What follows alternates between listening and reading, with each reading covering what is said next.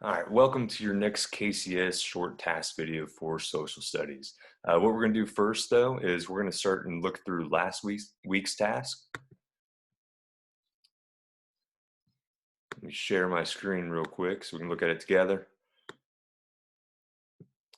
All right, so looking at this last week's task, essentially what you're supposed to do is to uh, pick a group, write down what you know about that people within that group, read the information given to you, watch the previous KCS video, and then you were supposed to make some type of product, whether it could have been a wanted poster, could have been a meme and or a social media post. You do all three if you wanted to.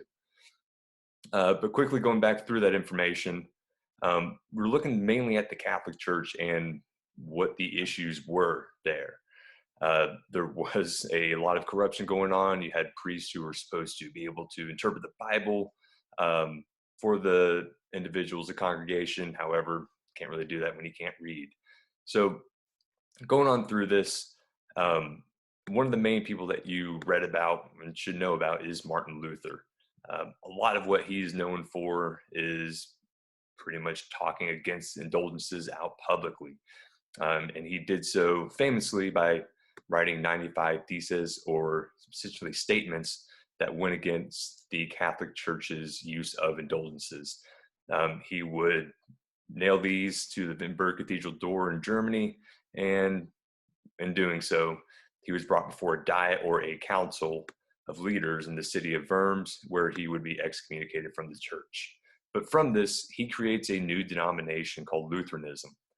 And with Lutheranism, it pretty much has people divided on, do you follow Catholicism or this other way where you only need faith to be saved from your sins and not having to buy indulgences to have your sins pardoned. And Lutherans are going to be more notably known as Protestants.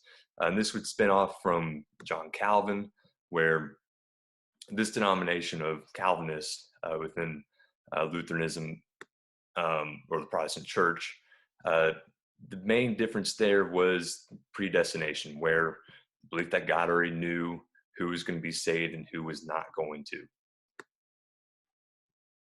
to. Within all this too, you also read a little bit more about King Henry VIII. He wanted a divorce from his wife. However, the Catholic Church would not allow that. And so he goes on and creates his own church where he's in power and he can grant himself the divorce. And that is called the Anglican Church, or also known as the Church of England. It's going to be very important next year in early U.S. history when you start talking about that. So as far as the products that you can go and could have made, one that I do want to focus on is the wanted poster. So you can see here, these wanted posters could be anything, but you got to think about whoever you're making the wanted poster for, who was going to want them. Did they want them dead or alive? Was there some type of reward? And so if you're looking at Martin Luther, well, who would want Martin Luther brought to justice?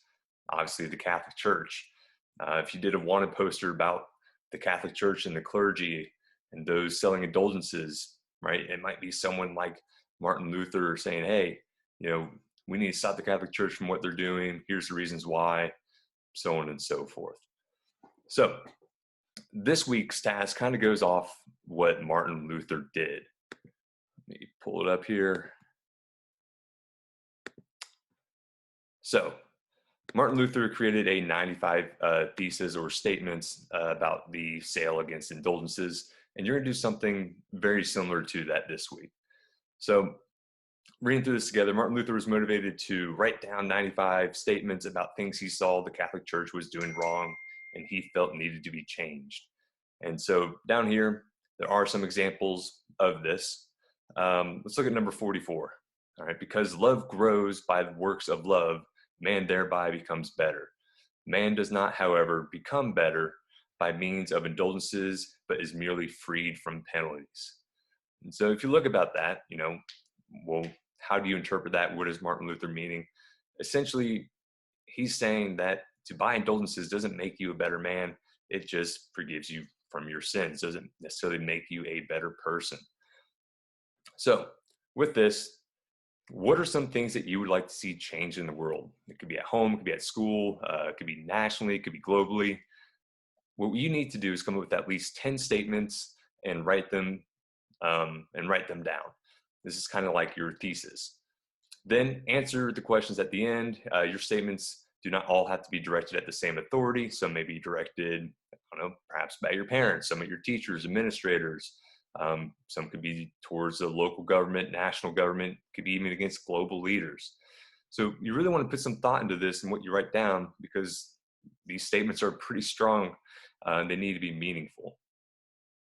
So after you do that, you need to answer these couple questions. The first one is, Luther posted his 95 thesis statements on the door of Wittenberg, Germany. Where would you have your 10 statements posted?